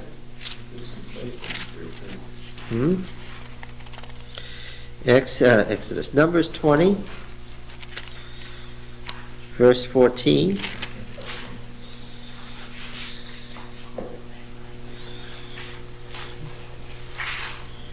Right, that's where they were told to go around Edom.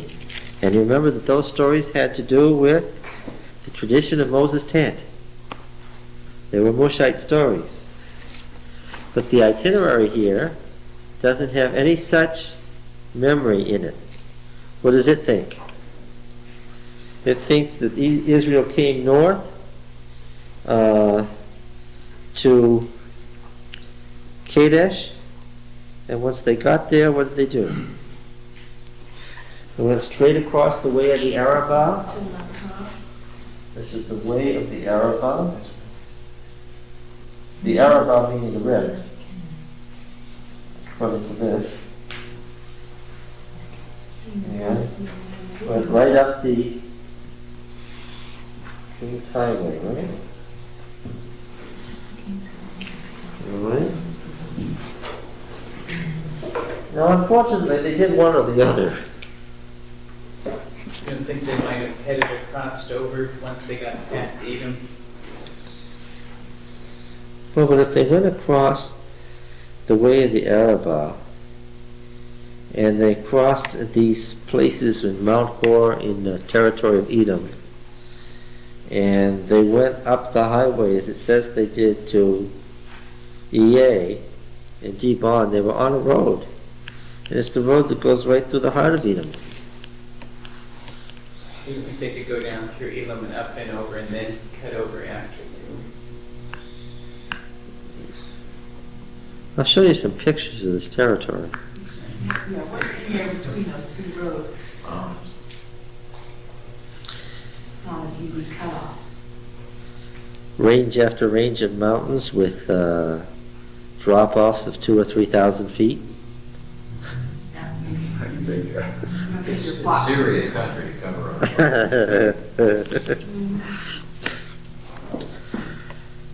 I remember in Petra going around a cliff that you couldn't see the bottom.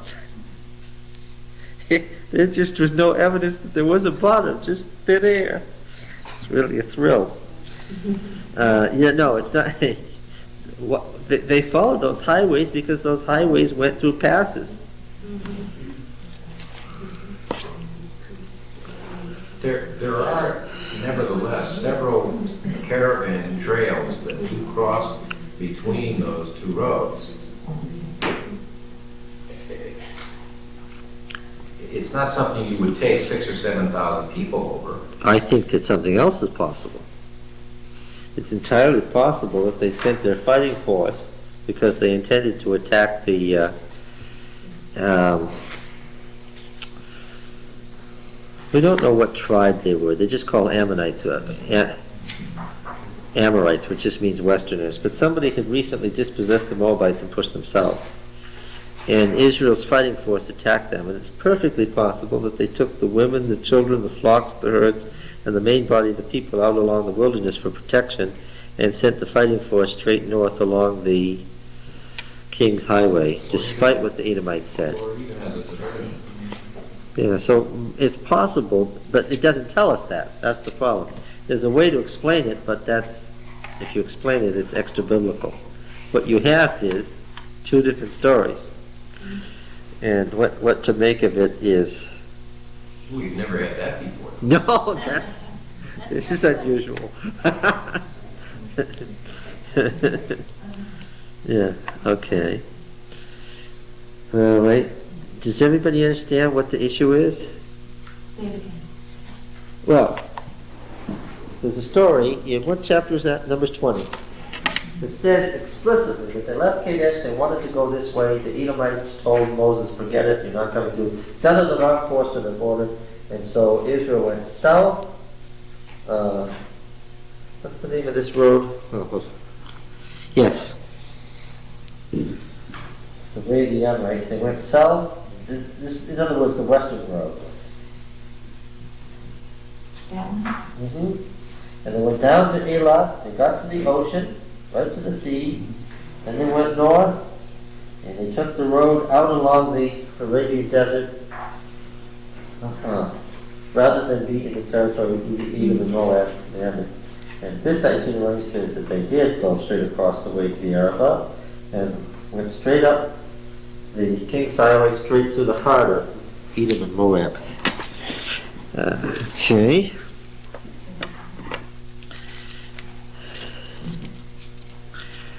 All right, yes. Was the King's Highway the border of Edom and Moab, or did they actually extend beyond? No, they extended right out into the southern desert. Edom and Moab weren't settled territories at this time either. The archaeological evidence shows that they were mostly just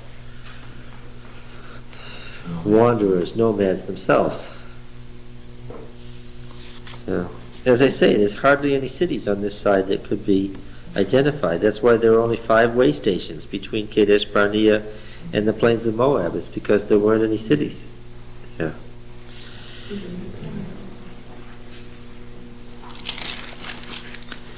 All right. But it also explains, I mean, if you could, especially if you sent this big mass of people slowly out over the fortress road, and at the same time the armed men went zipping up the King's Highway, the Edomites and Moabites might have been completely unprepared to deal with them, and might have been more than just a little apprehensive about trying to stop a gang of guys who were obviously intent on doing what they'd been asked not to do. Yes, especially if what you were watching was the main body of the people. Yeah. And you could see clearly that they were moving out into the desert and were going around your territory ever so slowly. The discovery that their armed force had passed through your territory would probably be something that you'd let pass, since they obviously weren't intending to settle in your territory. And actually, what Israel did was did the Moabites a big favor, because they dispossessed Sion and the Amorites, the Western marauders. We don't know who. Somebody from the desert who had recently dispossessed Moab north of the Arnon. Of course, Israel helped itself to that territory. But they weren't marauders, which would be a benefit to the Moabites. And that's why the territory north of the Arnon remained in contention between Moab and Israel for the next 500 years or so. Moab said, that's my territory. Israel said, but I conquered it.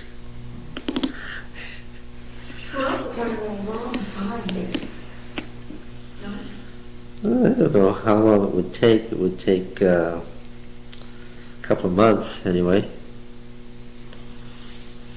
But I mean, the period of time from here to here was a long period of time, from the beginning of leaving Egypt. Oh, the 40 years.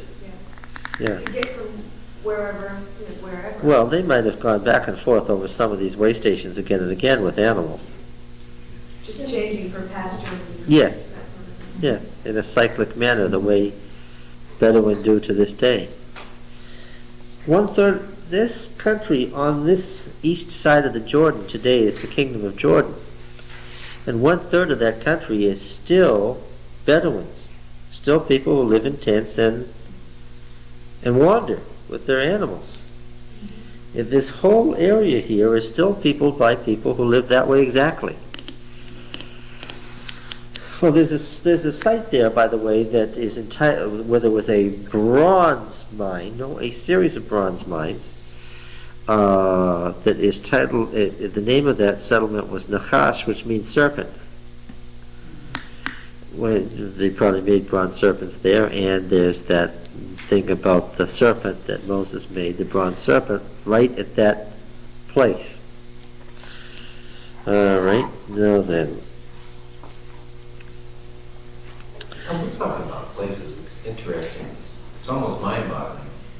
Some of these places in the stories that we're looking at have been continuously populated by cultured peoples for almost 4,000 years. Yeah, 40 centuries. And we talk about old cities in this country. Yeah. 300 years old.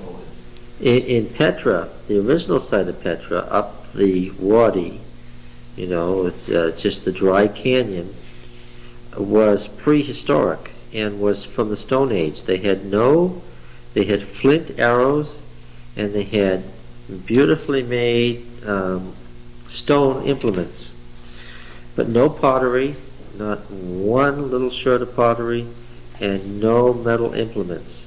Round houses with breaks in the base, just like you see in Europe, with little spaces where you could put the stalks of reeds that you could bend over, because there was enough water in the river then for there to be reeds. Now that was before Stone Age. Now that's 3000 BC, and you can see their stone ovens and so forth. Now we're talking about a place that folks have been living there for 40 centuries. That's old. And I'll show you pictures of it. We should look at pictures of some of these things. Maybe I could save thousands of words.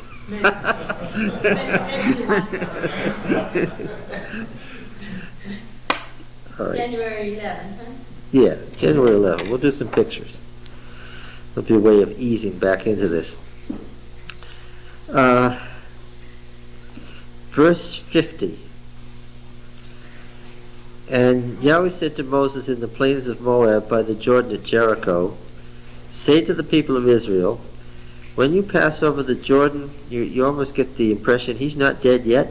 Say to the people of Israel, when you pass over the Jordan into the land of Canaan, then you shall drive out all their inhabitants of the land before you, and destroy all their figured stones, destroy all their molten images, and demolish all their high places. And you shall take possession of the land and settle in it, for I have given the land for you to possess. You shall inherit the land by lot, according to your families. To a large tribe you shall give a large inheritance, and to a small tribe you shall give a small inheritance. Wherever the lot falls to any man, that shall be his. According to the tribes of your fathers you shall inherit. But if you do not drive out the inhabitants of the land from before you, then those of them whom you let remain shall be as pricks in your eyes and thorns in your sides, and they shall trouble you in the land where you dwell. And here's a statement pregnant with theology. And I will do to you as I thought to do to them. Now the Deuteronomist is going to make a big deal of that sentence.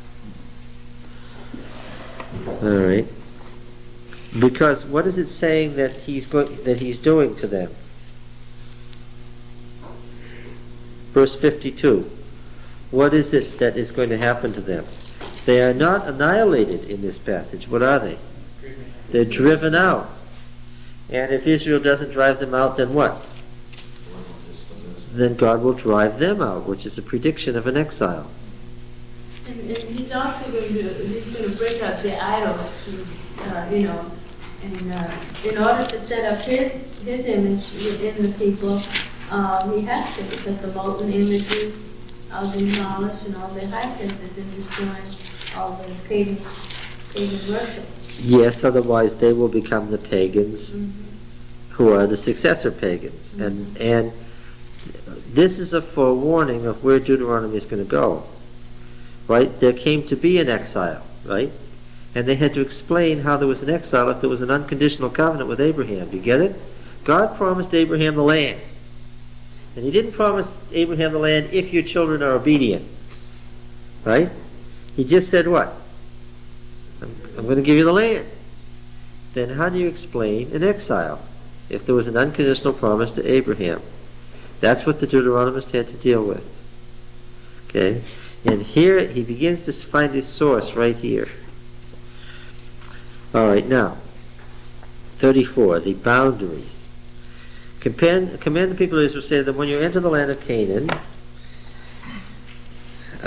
your south side shall be from the wilderness of Zin along the sides of Edom, and your southern boundary shall extend from the salt sea on the east. Your boundary shall turn south to the ascent of Akrabim and cross to Zin, and its end shall be south of Kadesh Barnea. Then it shall go on to Hazer Adar and pass along to Asmon, and the boundary shall turn from Asmon to the brook of Egypt, the easternmost, the Pelusian branch of the Nile River, and its termination shall be at the Mediterranean Sea. Okay. Now then, for the western boundary, for the whole length of it, you'll have the Mediterranean Sea coastline. Your northern boundary will be from the Mediterranean Sea across to the northern Mount Hor. From Mount Hor, you shall mark, that's in the area of Mount Hermon, at the entrance of Hamath, at the valley between the Lebanon and Anti-Lebanon mountains in southern Lebanon today. And it's the end of its boundary shall be at Zedad. Then the boundary shall extend to Ziphron, and its end shall be at Hazer Enan. This shall be a northern boundary. The eastern boundary from Hazer Enan to Shapham, the boundary shall go down from Shapham to Riblah, on the east side of Ayin, and the boundary shall go down and reach to the shoulder of the Sea of Kinnereth, that is the heights of Golan, the Golan Heights, on the east, and the boundary shall go down to the Jordan, and its end shall be in the Salt Sea. This shall be your land with its boundaries. Okay, what's interesting here is that it includes all of Palestine, including southern Lebanon and Syria. It includes southern Lebanon. I mean the southern half of Lebanon. I don't mean a little piece of Lebanon. I mean the southern half of Lebanon, and the country that is now Syria. And about it goes way out, it mushrooms way out around Syria, Damascus. It comes back around the heights of Golan and meets the Jordan River and goes down the Jordan Valley, excluding what is now the kingdom of Jordan, excluding the territory of Moab, Ammon, Edom, and the territory that was settled by Reuben, Gad, and half the tribe of Manasseh, as not part of the covenant land. That's very interesting.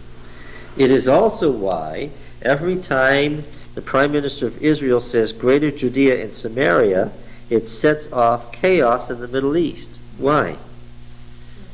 Because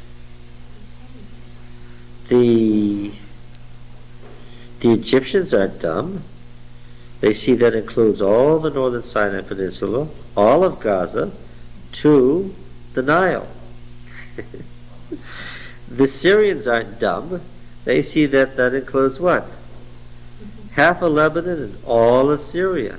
So every time the Prime Minister of Israel says that all that we want is Greater Judea and Samaria, what is he saying? Yes, that's right. It's not the king of Jordan who goes crazy, but it's the Syrians and the Egyptians who go crazy. Is it any surprise that the Syrians go crazy every time they hear this? Right? Because they know that it's the stated position of Israel that they're going to expand and eat up Lebanon and Syria. And what intention do the Syrians have to do with that? Not to allow them to come to our land. go out to fight you. Well, it was really bad news when they captured the Golan Heights, because that was the first piece of Syria that they ate up. And then they expanded the northern border to include this demilitarized district between Israel and Lebanon, which was just 40 more miles of... When you say, we're going to guard this demilitarized zone so that we don't have Palestinians coming from Lebanon to kill our people, we're going to guard it and have our army there. Is it a demilitarized zone? Well, and whose territory is it if your army is running around in it? That's really why the Syrians won't let go of Lebanon.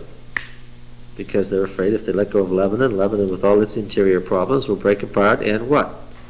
And Israel will run its army right back there and take it over again. It's not like Israel couldn't do that anyway. If they weren't restrained internationally, they would probably have done that during the last war. They had the door open to Damascus. They could have gone all the way there. It was a matter of 8 hours from those armored spearheads in the Golan Heights, and there were no Syrians between them and Damascus. They could have made the trip then. Except that the good Jewish Secretary of State of the United States said what?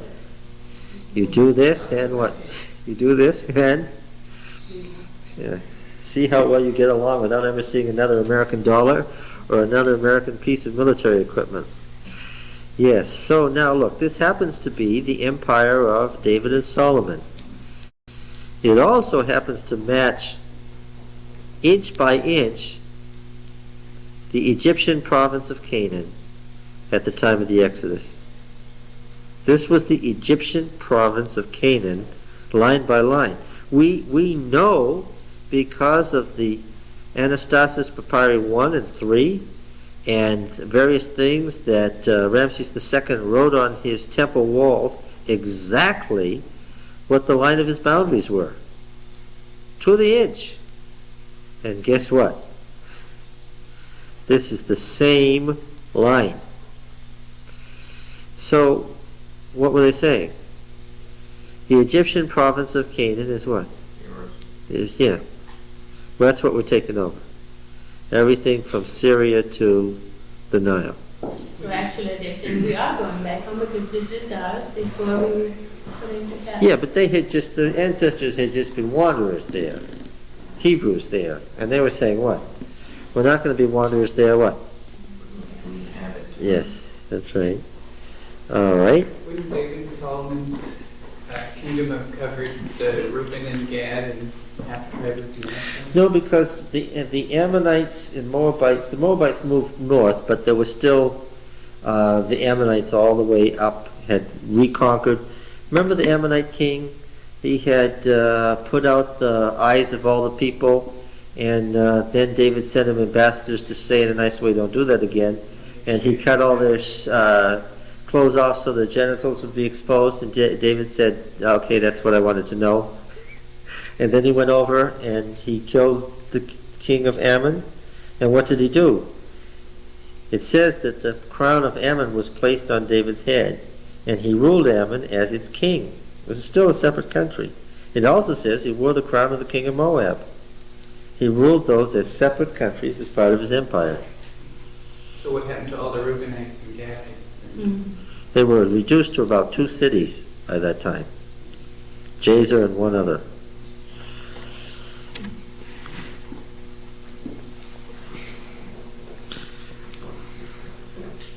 You can't ask those questions.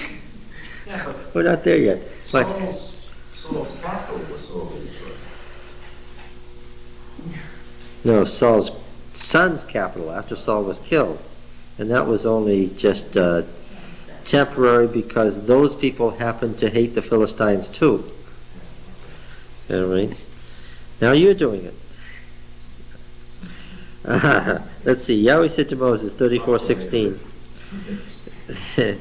These are the names of the men who shall divide the land to you for an inheritance. These are the priests, Joshua the son of Nun. You shall take one leader of every tribe and divide the inheritance. These are the names of the tribes. Judah is represented by Caleb. That's interesting. All right, so we have a different list, of course, than we had before. Successors. And then we have another doublet. 35:1. Yahweh said to Moses in the plains of Moab by the Jordan at Jericho, command the people of Israel that they... this is another... Do you notice the long introduction? Yahweh said to Moses in the plains of Moab by the Jordan at Jericho. That's a long introduction. Yes, you should turn over and look for a conclusion. What's 36:13 say? These are the commandments and the ordinances which Yahweh commanded to Moses to the people of Israel in the plains of Moab by the Jordan at Jericho. So what do you know 35 and 36 are? They were once a... Yes, standing independently, beginning, middle, and end again. Yes, I know, essay is the word. Did you think I missed that?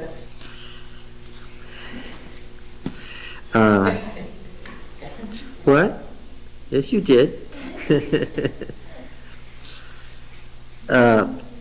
Command the people of Israel that they give to the Levites from the inheritance of their possessions cities to dwell in, and you shall give the Levites pasture lands round about their cities. And what are these cities? What are they for? Well, verse 6 says, the cities that you give the Levites shall be 6 cities of refuge, where you shall permit the manslayer to flee. In addition to them, you shall give 42 cities. Now, notice verse 9. Yahweh said to Moses, say to the people of Israel, when you cross the Jordan into the land of Canaan, then you shall select cities to be cities of refuge for you, that the manslayer who kills any person without intent may flee there. The cities shall be for your refuge from the avenger, and so forth. And what am I saying here? Once again, what do we have? Read the whole paragraph from verse 1 to verse 8, and read the whole paragraph from verse 9 over to verse 15, and you'll find out what? It's the same thing twice. It is a doublet. We have 2 sources about the cities of refuge. Yeah. Manslaughter was not automatically punishable by death. No, manslaughter was not punishable by death at all. Manslaughter was manslaughter, an accident. What happened if it was found to be manslaughter? Paid an indemnity, didn't he? No, he couldn't pay an indemnity. If it was manslaughter, verse 23, if he killed a man so that he died, though he was not his enemy and did not seek his harm, it was an accident, but he killed him, what happens to him? He's taken back from the city where he lived, his home city, where the trial would be conducted. The avenger of blood is not allowed to kill him. He is escorted back where? Verse 25. No, he's not escorted back home. Where's he escorted to? Back to the city of refuge. And then what happens to him? To the death of the high priest, yes. It's the one place in the Old Testament where the death of the high priest brings atonement and release for people. Okay. He may die soon. How about that? Yeah, suppose he was young. Suppose the high priest was 30 and you were 50. What?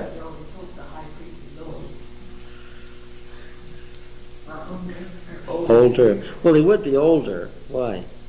He'd be the oldest person in his... Yeah, so... Yes, he's probably a great-grandfather by the time he gets to be the high priest, or great-great-grandfather, because great-great-great-grandfather just died, right? Why was that again? That's right. Why was the high priest likely old? Because it was normally considered the thing that you were going to be raising the 3rd and 4th generation after you, right? All right. 2nd commandment. Typically, they'd have to stay there for a generation, which would be around 13 years or something. Well, if the high priest came to... Uniformly, yeah. Yeah, if he came, yeah. We see Eliezer here. He's Aaron's son, but Aaron's age is placed at 123 at the time that Eliezer becomes the high priest. So how old is he? Yes, he's 100 years old himself, so he's not, the son of somebody doesn't indicate youthfulness. This didn't necessarily even inconvenience some men, depending on what their position would be in their clan. To go live in another city didn't mean that they couldn't continue to run No, that's right. affairs. You just couldn't go beyond the border of that city for the time Or being. if you did, you get caught. Yeah, that's right. Or if you did, But what kind of communication would they have if they were going to bomb something? it depends on how dedicated the Avenger of Blood was. How determined he was to get you for what you had accidentally done. Well, we are not going to make it. But that's all right. There's so much that we still have to look at in Numbers that we will save it with great interest for January. All right, somewhere along the way we've got to decide how we're going to handle textbooks. Where's the book? Yes. Is it all right to give it to him? Yeah. The Macmillan Bible Atlas. Yes. I have no idea what it now costs. We're going to have to get enough of these so that everybody can read the material. What I like about it is, not only does it have superb maps, but see the penetration into Transjordan here, mid-13th century BC. Okay, we don't agree with that date, but it's delightful that they put it there, and they tell you what text they are following, what passages. Here it's Numbers 20, 14 to 21, and all of 30, and 33, 37 to 49. They tell you what passages in the Bible to read about this map, and then they give you just enough information to understand what they're describing without so much information that it becomes laborious. Okay, this is really going to become essential. I don't know how we could do Joshua without having this. So we need to make a list or something of this book.